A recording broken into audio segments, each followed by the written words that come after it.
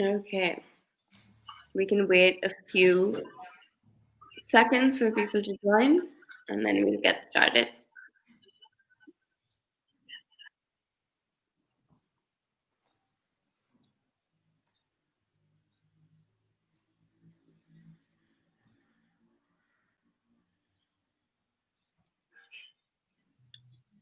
Okay. Should we begin, guys? Okay. Hi, Yeah. everyone. Welcome. It's Welcome to the launch of the stained glass window. We're so excited you could join us. I'll start by giving you guys a brief introduction about our editors and then about the book, and then I'll introduce myself. So first we have Taha, a journalist, literary critic, and novelist, if you haven't heard already. He's published 2 novels, typically Tanya and Of Rift and Rivalry. And for things that are coming, 2 of his short stories will appear in an anthology called The Banyan and Her Roots. Taha is based in Karachi and he teaches undergraduate media courses, and he just completed a postmodern detective novel. So another thing to keep your eyes out on. And now I'll just introduce Sana Munir. She's authored 2 works of fiction as well, including The Unfettered Wings, Extraordinary Stories of Ordinary Women. Her writing has appeared in The Bridge, an anthology, The Aleph Review, which is a literary journal, and she writes often for The News on Sunday. So we have some great editors here and writers. So if you guys haven't already, you should pre-order and actually now order your book because it's available. Okay. Thank you Now very much, Munir. I'll give you guys a brief intro into the book, and then you guys can talk a little bit about it as well, a quick summary. So The Stained Glass Window, it's a really interesting piece of fiction that's come out, and basically delves into the quandaries of quarantine, dissecting anxieties that essentially stem from it. It's a compilation of different literary works, including 26 different stories, both short fiction and flash fiction. The range of genres, versatile characters, both of them rise as a form of fiction to essentially inspire us in ways of coping and finding hope and even a little bit of humor in a time like this. Do you guys want to talk a little bit about the book on a whole? Sure, Taha, you start first.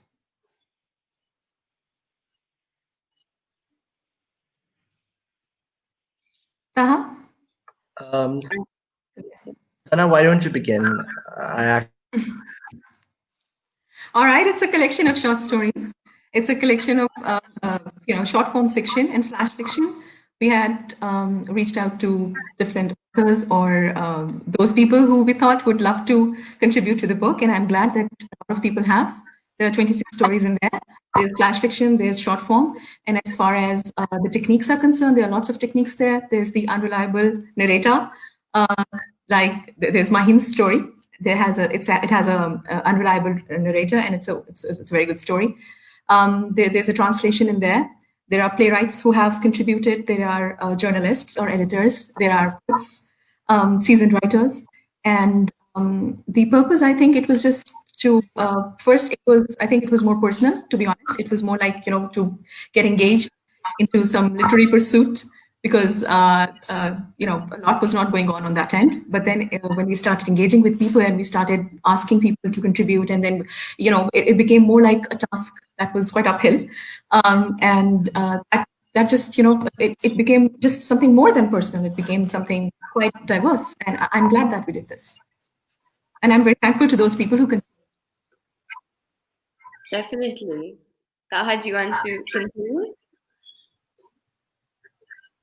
So the stained glass window for me began as a curiosity. I think Sana and I jointly collaborated on this because we have a passion for fiction. We enjoy the process of writing, and fiction is something that intrigues us. It's perhaps something that is our way of negotiating reality. So when the world went through what it went through with the pandemic, we had quite a few challenges to encounter in our own lives. And maybe fiction is our way of negotiating that reality, making our way through it all. And this book, in a way, encapsulates so many different voices. We didn't want very selfish gesture. We wanted it to be something that everybody could be a part of, and that's why we wanted a medley of voices, a whole range of perspectives on the pandemic. It's very easy for us to just put out our stories, but we wanted a diverse perspective anthology have something new and engaging and refreshing to offer. So that's what this anthology is all about. I love that. And I think even just thinking about the cover, if you guys haven't seen it yet, it brings that idea of things coming together and pieces kind of meshing into one whole.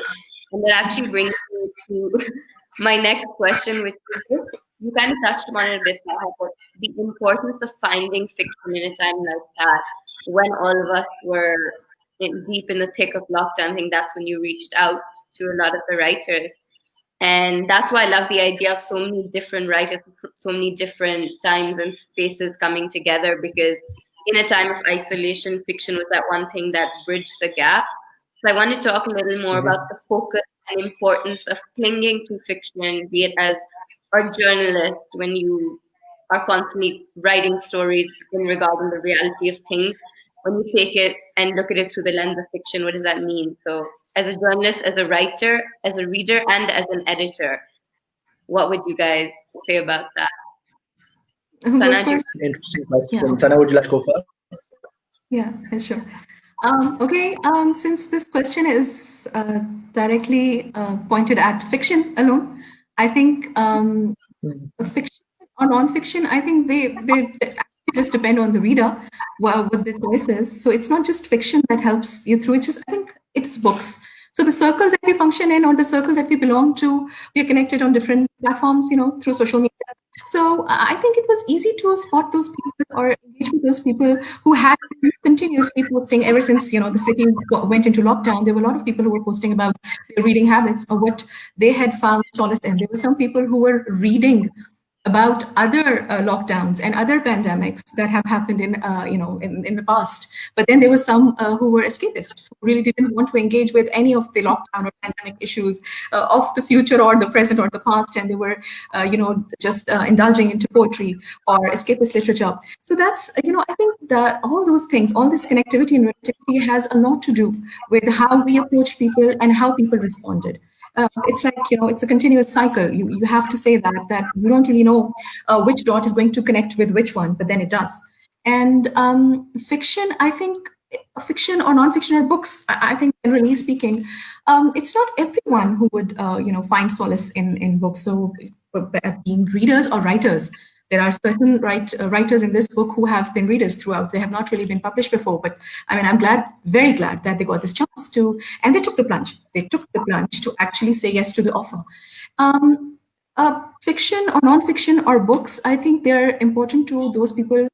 They have helped those people through the pandemic, who find solace in them, even in easier times, not only in difficult times. Because I believe that if only books or poetry or fiction or non-fiction, whatever, if literature is only giving you help when you need it, it's a little it's a little Wordsworthian in approach. I'm not really a fan of it, that you just like nature because it's full of flowers and all that, but then there's this Tennysonian romance as well, but that's read in two now. So like if you're happy, you go to books. You're sad, you go to books. You're angry, you go to books. So I think that's the kind of thing which I understood, that those people who are really, really related to books, they have been, and there has been a lot of support. There has been a lot of support, not only just through the contributors who have written for this book, but also, all around, a lot of encouragement, a lot of good words, lots of good wishes. And I think that all really led to this day, that when you are holding your book, still waiting for mine. Still happy. It's something that gives me a lot of happiness. Yeah. definitely. Taha? So I think it has more to do with not just fiction alone, but a preoccupation with storytelling. Because storytelling has, since time immemorial, been a way for people to understand the world, a way for people to connect with situations and circumstances. Earlier this year, I remember being a part of a panel where we're discussing why we write fiction. And many people thought we write fiction to escape. And reality is, we write fiction to understand the world. We understand social circumstances through it. And I think this desire to suddenly uh, move towards fiction, especially with people reading on Instagram, online, because they have the time to do so all of a sudden. It's not something that is new to the pandemic or because there was a lockdown, there was nothing to do. I think it's been around for a while. So I'm not surprised that at a time like this, even under the pandemic, people are reading. People want to read stories about the pandemic. And yes, we have lots of books coming out about the pandemic. And perhaps a time when cold facts are all we have about the pandemic, that this is the death toll, this is the extent of the infection. We forget the human experiences that are associated with those figures. So I think fiction can provide that avenue to fill that vacuum between fact and essence of humanity and reality in those circumstances. So I think fiction has a significant role to play in this day and age. Yeah. I agree. Yeah. And I think I haven't read all the stories yet, but looking through them, the range of experiences, just generally, I think every story is very experiential and it's a form of coping. So dealing with it through grief or humor, mental health, wellness, or even tackling more relevant issues like what's happening in the world currently, medical practitioners like Hannah's story. I think that's really what will resonate with the readers to come, and that's what brings the story as a form of connectivity, I guess, a different form of storytelling. What I wanted to ask you guys, of course, since both of you have two different types of stories, one short and one flash, I want to just kind of talk about the process of writing flash fiction because that's something I think you don't see as commonly with short stories. So, what kind of brought you guys to decide to write two flash fiction stories, and what was the process behind it? How is it different from writing your own short stories? It's a question directed at Mahin. Taha, you first, Yeah, whoever. Taha, please go ahead. Please go ahead, Go Taha. ahead, both of you. We can both take turns. I'll go ahead. Okay, I'll go ahead, I guess. Yeah. So I guess when it comes to flash fiction, it was something that we had previously decided that we will have a section on flash fiction, we'd have a section on short fiction, we will intersperse it. We had a mathematical procedure in which we aligned each story. It was supposed to be a break between all the stories. I think those flash pieces were far more meaningful. I'm not going to say than the short stories, but just the experience that we get from those flash pieces is very different and it's very Yeah. unique because you have a few words to tell the reader a story. And our own flash pieces, I mean, I don't know about Sana's, but mine just spontaneously came out on paper. So as far as I was concerned, I think with the pandemic, the theme that I was especially interested in was old age. And we were told time and again that the older adults were more vulnerable to the virus. And whether it was true or not, but that was something that we initially heard. And I was fascinated with that idea. And I think, in a way, both my stories deal with that. So when it comes to writing a flash piece, as I said, it was spontaneous, but it was also about understanding uh, whatever I was trying to write from that prism of old age. And I think Hannah can continue with the rest since she has something to add. I'll add to this later on. Yeah. Sure. Oh, my flash fiction is a shared byline. You must have noticed, Mahin.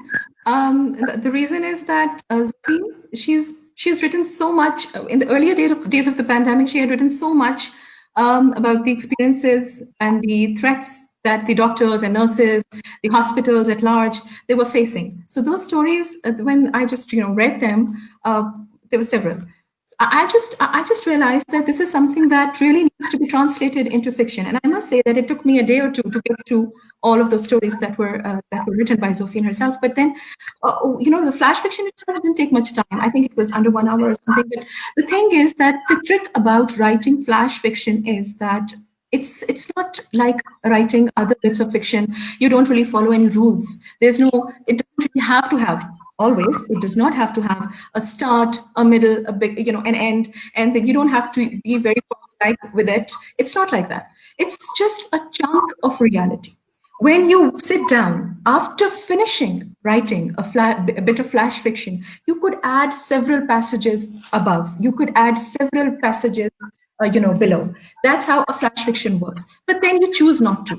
That's the thing, the choice, that you have to pick very carefully one bit of reality or one bit of fiction that tells the reader who the characters are, what they're doing, and where their reality is set. And that's very challenging at times. It really needs a lot of thought process. It really requires a lot of homework mentally. And then when you sit down to write, you have to be very careful in choosing and picking your words. Don't use alliterations, don't use repetitions. So there are rules. But then I think flash fiction is something that it's a choice that we give to a lot of authors. Because we thought that maybe, a lot of authors would have trouble committing to short form fiction since them, a length for until up to 5,000 words or something. But then it was surprising that most of the authors actually chose for short form fiction because they had stories to tell. That was very encouraging. So we actually, we have sparsely placed the flash fiction through the course of the book, just to make it very calculative. I hope that the readers appreciate that. Definitely, I think they will, because I think it in itself is a reflection of, I guess, the whole pandemic, missing an end or a middle, because time just ceases to exist at a certain point. And what interested me generally about both your stories, and I want to kind of like get into them a little more, was the narrative voices in general. So I'd like to kind of talk about each of your narrative voices, how you came to decide upon them. And Taha, of course, like your piece has a lot of humor, and Sana, your piece is slightly dealing with something more serious when you get the whole idea from the doctor's point of view. And I kind of want to go into what drove you to rely on these voices as your form of expression. And does that have something to say about what you think you required or needed during the pandemic? Was that a reflection of what you wanted to connect to? So for so many people, people want to connect to humor, people want to connect to a darker side of things, with their own inner self-expression. So Sana, you can start first and talk a little bit about Wars. Maheen, I don't really have much to say about this. My voice usually, not all the times, I'm trying to experiment a little now with my new writing, but my narrative voice is usually that of a woman. It can be a 10-year-old, it can be a 60-year-old, in my previous books even.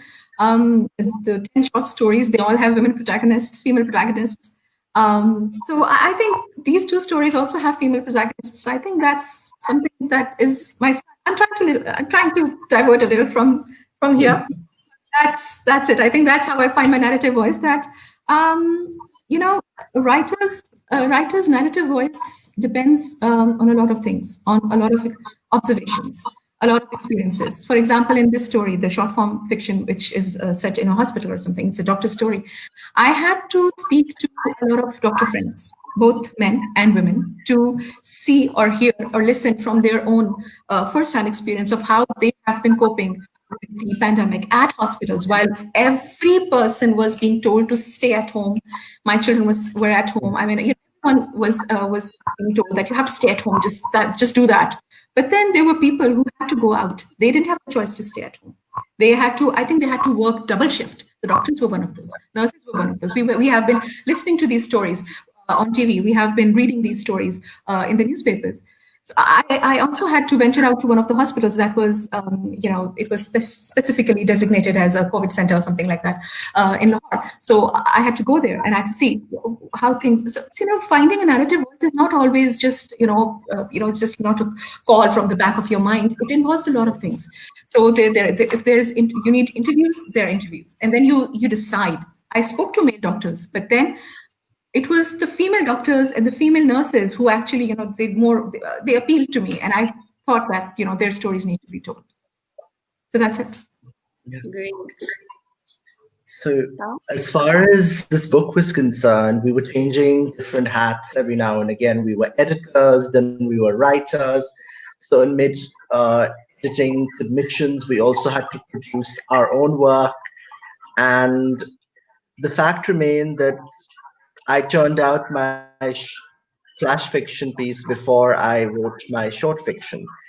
And Zohra Shahabuddin, who is the commissioning editor who took this book on and finally got it out into the world, asked us specifically, are these going to be dark, depressing stories, or are they going to be tales of humor?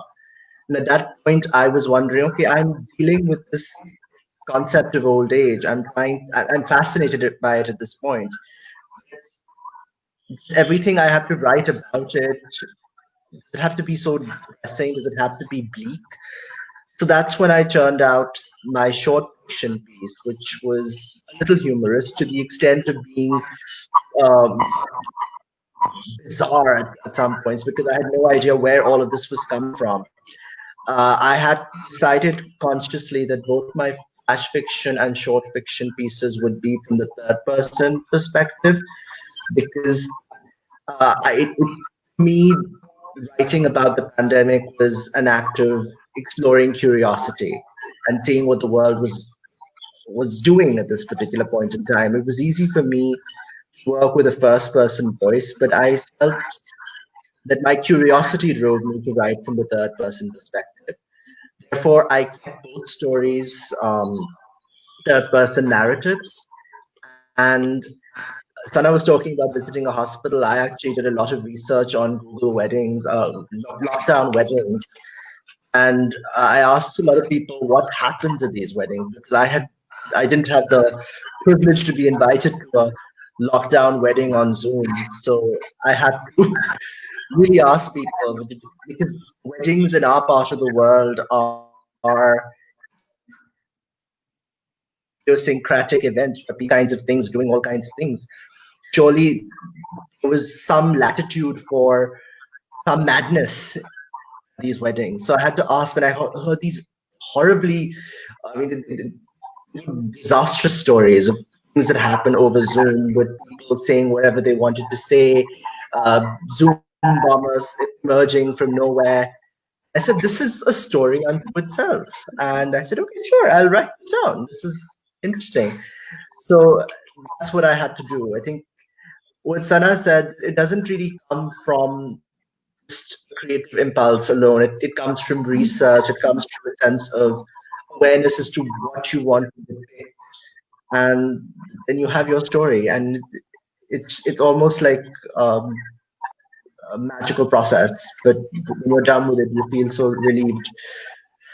But yeah. Definitely. That's true. The relief that comes after is just unfathomable. I wanted to ask if you guys would be willing to share a little bit from each of your stories, maybe just a paragraph or two, so we can give the viewers a taste of what's to come. Sana, would you like to go first? And you can tell us which story you're reading from. Okay, I just picked it before we started this. So it's from my short form fiction. It's called The War Zone. And I've already discussed a little that it's set in a hospital, or it's about the lives of doctors who are fighting the pandemic from the front lines, and they still are.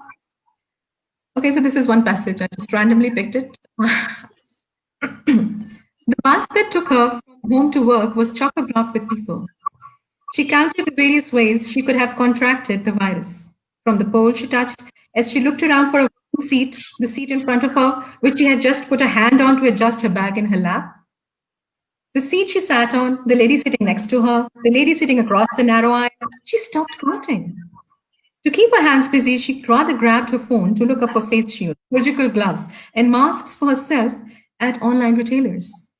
She and her colleagues had been asking for protective gear from the hospital administration for some time now. She had spoken with a classmate interning with the most reputed private hospital in the city about the situation. Oh, we have had a stash of PPEs in the store, so that's not a problem, he had told Dr. Jasmine. What about surgical masks? She asked the friend, who replied, those too were in stock. That perplexed Jasmine to a great extent. I think I'm going to stop here. Jasmine, she works in a public hospital, so that's why she's, Thank you for Lovely. sharing. I'm sure all of you are excited to read the rest of the story. To you. Okay, so this is somewhere in the middle of my story, which is called Intruders. This is the one about the lockdown wedding. And it begins with, okay, I'll just start. Shakil, don't be so antisocial, Negatapa shouted at her husband. Nusrat will be disappointed. I've connected to the call already. I'm coming, Shakil said. I'm just taking my medicine. When she heard this exchange on the Zoom call, Mrs. Akmal nodded in satisfaction when she discovered that her reticent brother-in-law would be joining them for the ceremony. Shakil Bhai's gentle demeanor compensated for her sister's occasional flashes of unpleasantness. Without his presence, it became difficult to tolerate Nigatapa's sly digs and harsh comments. Into this, Nuzrat is also a nuisance, her older sister continued with a scornful look on her face. Who holds a nikah in the morning? I haven't even had breakfast yet. Assalamu alaikum, Nigatapa, Mrs. Akmal said, lowering her mask to convey the sting in her voice. Oh, her older sister winced, almost falling off her chair. You can hear me? So this is a little exchange before the wedding begins. It's a Zoom, and Nigatapa doesn't know that she can be heard. So this is something that I thought I'd share. Thank you. I think one of my favorite parts was the Zoom bomber part. Not going to give any more spoilers, but no, I think it's interesting, uncovering different facets of fiction in this time, because especially having it in one collected space, because you go through all the emotions of lockdown and you kind of reflect on the times where you felt each of the emotions, because it was such an interesting, I mean, we're still kind of in lockdown, I would say, but that's why the compilation, I think, is so striking. I did want to ask you guys, what do you think was one of the most challenging parts about putting this book together? And Sana, you can start. Most challenging part, Mahim, to be honest, putting the book together it's been a great learning experience. I don't think I have anything to complain about. That would sound very ungrateful, to be honest.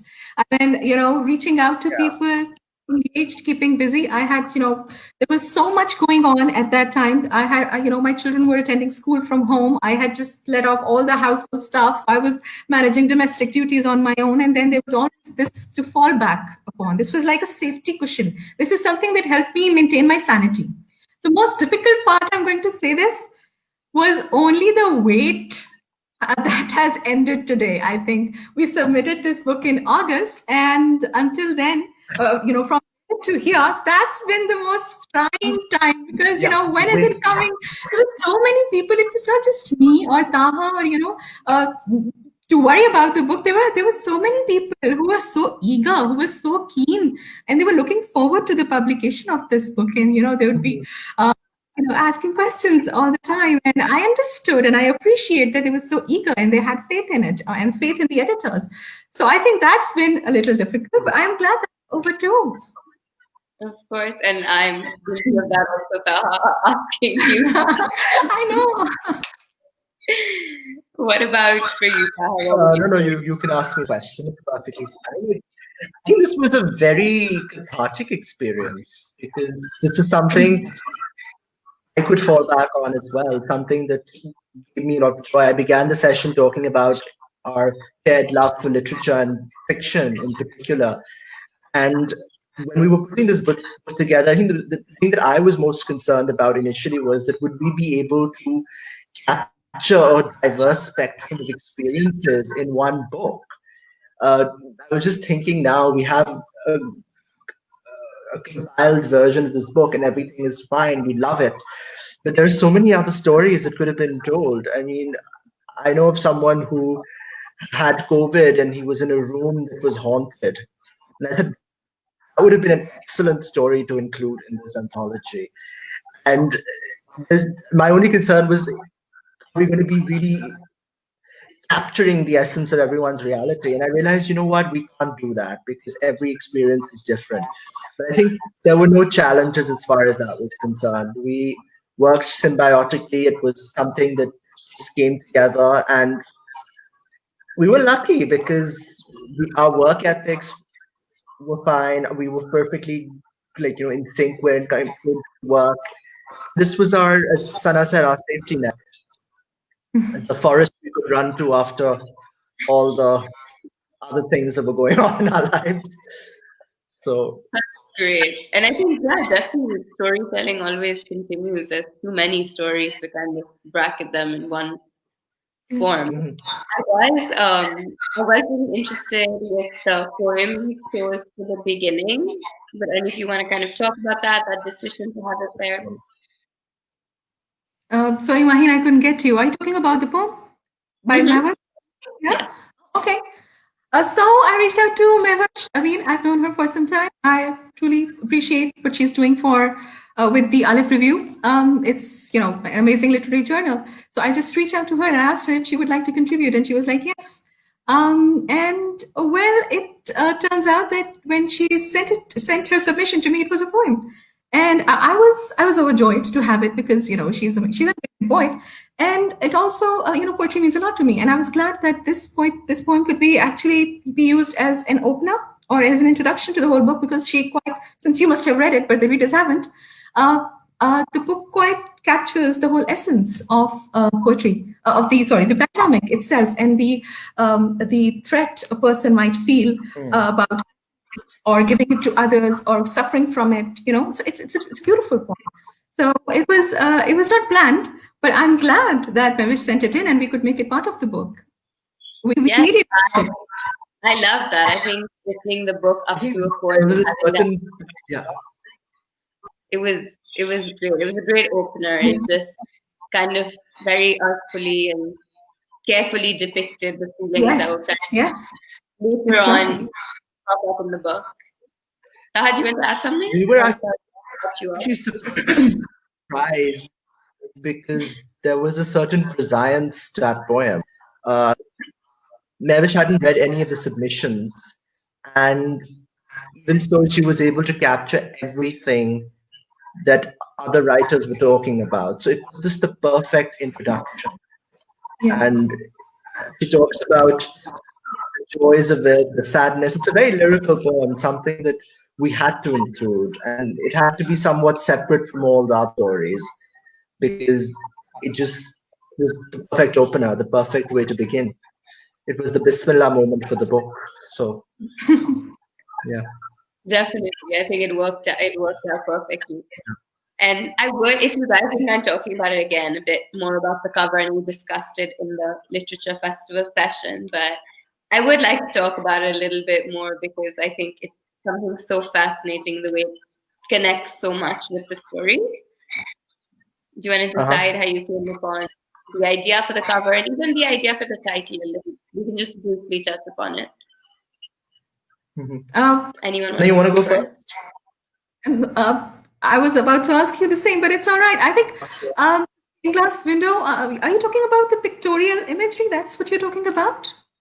You're talking.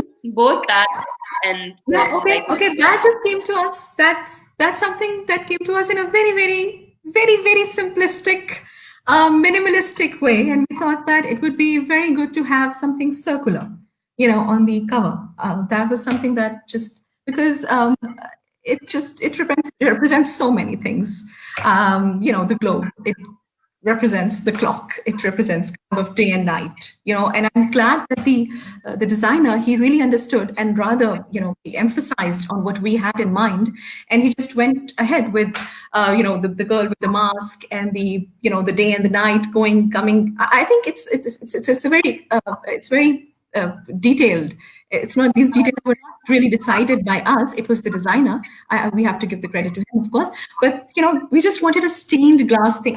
That's what I think. That's what was in, to just make sure that the cover depicts what the book actually is about in a very symbolic way, and that is bringing together different hues and shades into one collective. I think the designer has done a very good job. I agree. I love it. Yeah. Taha, do you want to say something about the title? The title. So the thing is, this title means different things to the both of us. For me, I imagined, because I think in images as well. So for me, it was the mere mention of a stained glass, cathedrals, and all of that. The reality was that me, it was a room of my own imagination with a stained glass window, and when sunlight strikes that window, it was different patterns on the floor, and those patterns tend to evolve as the day goes by, and that for me was the symbolism for our lives under lockdown. This image right here, I don't know if you can see it. It shows the transition. It's the other round, inverted, but it shows the transition from day to night, and that is what stained glass meant to us. For me, it was the perfect symbolism for the way we live our lives. The day goes by, and we just sort of are immersed in it. We do our own thing, even though our setting is the same. We don't have anything that is variable. Everything is static. Yet we survive. And the title encapsulates every story in any, because each of these stories is a stained glass window away, and it tells you something different, and it shows you something different colors, different shades. It's a mosaic, as Sana rightly put in her editorial. That was the word, right? Yeah. That was one of the words we were tossing around when we were discussing the title of the book. Several words, but then we settled down with the stained glass. I'm glad we did. It's a little artistic as well. No, I think it encapsulates the book really well. So I did have one last final question before we begin to take questions from the audience. What do you hope the readers take from this book on a whole? I hope they don't take a lot as a whole, but they take it in bits. Yeah. I hope, since there's so much diversity in this book, there's so many voices in this book, there is a take on humor, poking fun at ourselves, our own superstitious selves. There's, there are these stories of gloom and doom and darkness. There is a story which tells that an ambulance cannot reach to someone who needs it at time because of the lockdowns and stuff, closed gates. There's a story that speaks of isolation, of solitude, and being all right with it. The first one, I think that's the first story. There is a story that brings together several experiences. I think that's the second story. It brings together several experiences, of the pandemic. That there is isolation. There is still, you go and meet your friends. You go to a restaurant, but closed, and you have memories, you have retrospects. So I think the point was never to give them one bit to the readers. I think the point was just to allow the readers, or just make the readers realize that there are different realities out there, different bits of reality, and they can connect to anyone. And since one can connect to one kind of reality or two kinds of realities, does not really take away from the other kinds of realities that are out there, just because they are not being experienced by us. So the purpose of the book was never to, bring together one collect thing, or one result or one conclusion. It was always to, the purpose of any anthology or any collection of stories is always to give different bits and put them together. I think I'm not really sure where I read this or heard this, but there is this quotation that always sometimes does the rounds on the internet, that bits put together, they have a larger influence than the whole itself. Because when different bits come together, then that means the composition has so much character, so much personality. There are different things to take away from it. I think that's how I see it. Yes, I love that perspective. I think the convergence of Yeah. stories and reflections coming together. Yeah, It's great. thank you. Taha. Taha, what about you?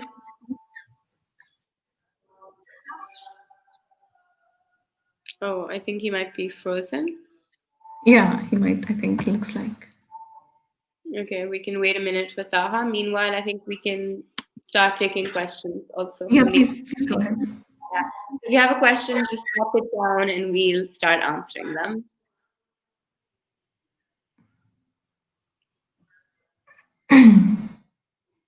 I'd like to ask a question. How can we differentiate fiction to non-fiction in terms of literature? How can fiction be understood without really Reality. So reality? Oh, Oh, that's bad. you want to take this question while Taha fixes his internet? Yeah, I think you should. Yeah, without reality.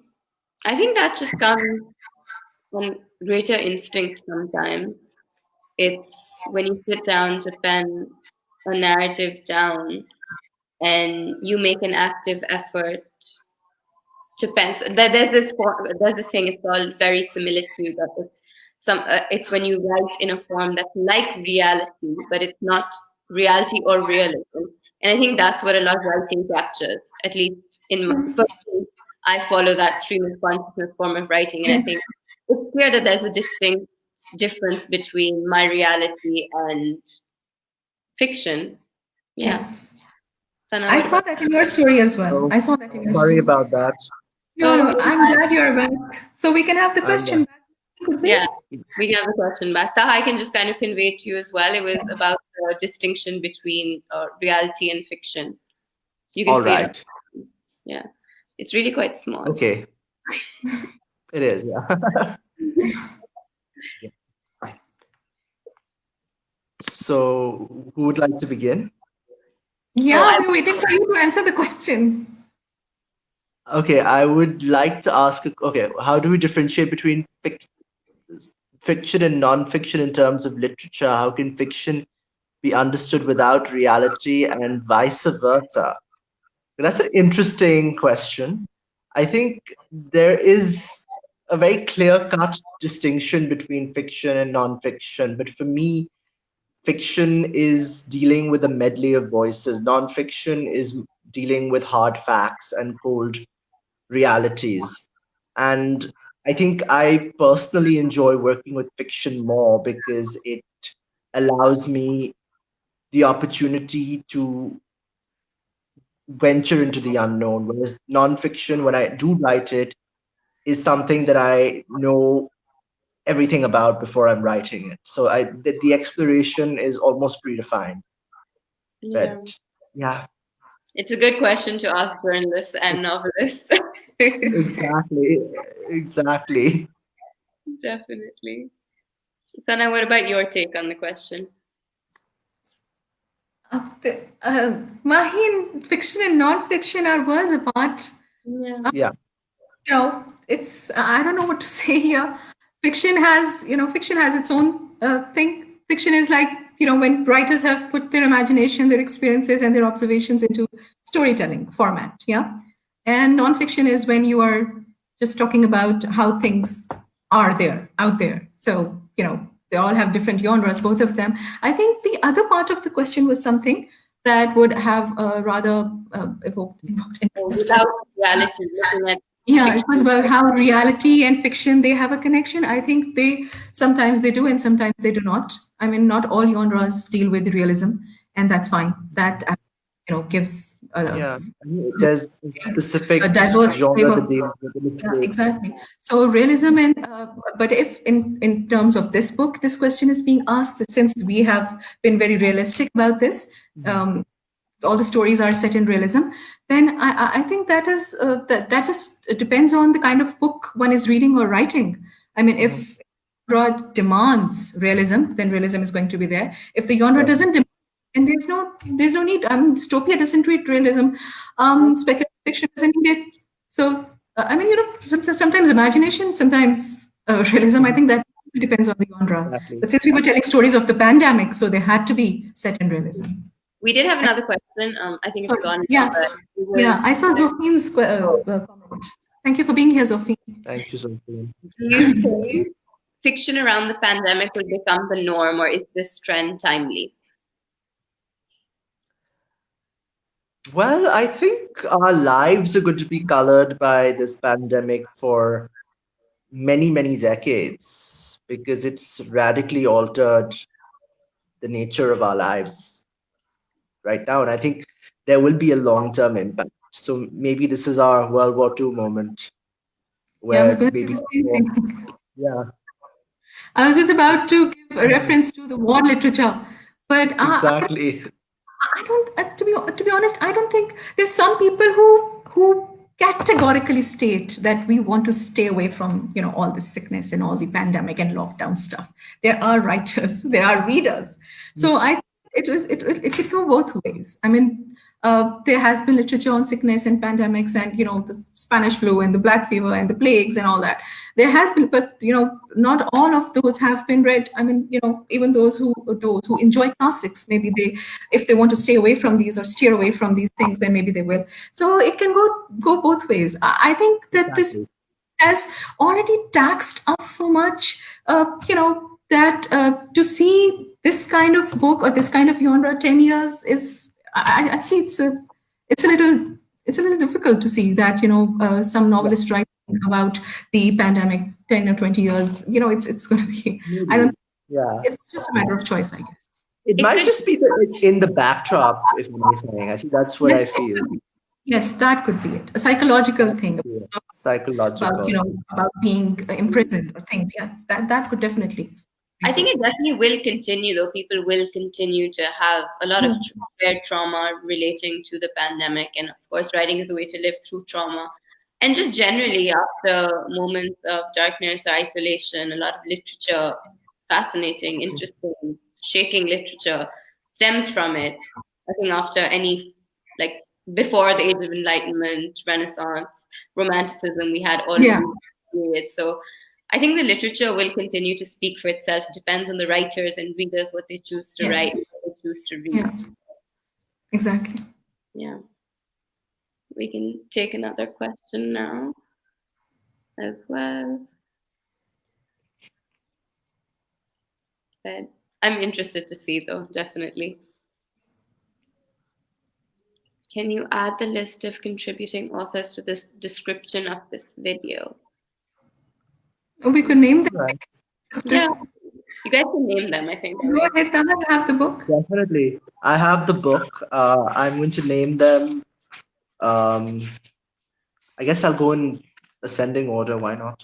Yeah. Yeah. We have Naveed Shahzad, we have Amir Hussain, Romana Hussain, Ifat Saeed, Nighat Dad, Atia Daud, myself and Sana, Menaz Mir, who has a book out recently, Farazia, Huma Sheikh, Vajiha Heather, Ilona Yusuf, Kulsum Bano, Natasha Japanwala, Zofin Ibrahim, Nida Usman Chaudhry, Shabano Alvi, Safina Danishilahi, Nirvan Nadeem, Aisha Ummatul Rashid, Tamreez Inam, Maheen Humayun, who's right here in front of us, uh, Awais Khan, and Mohammad Shiraz Dasti.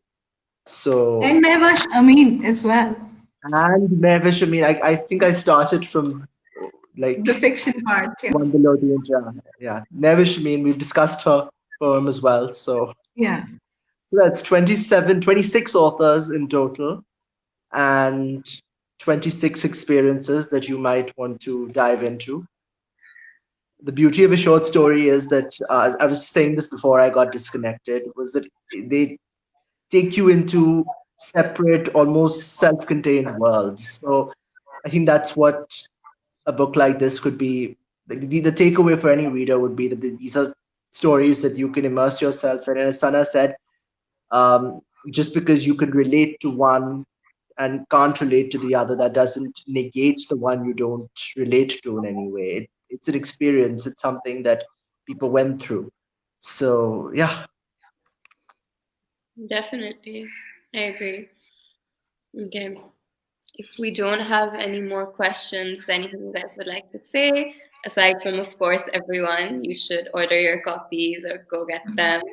definitely. It's now on sale, and I'm going to try and hold this up as well. This is it.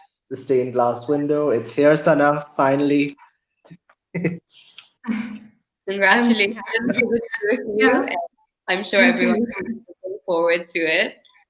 And thank you all for coming to the session. We're so excited for you to read all the thank you stories. so much. Thank you very It's much. incredible. Thank you so much. Bye. Bye.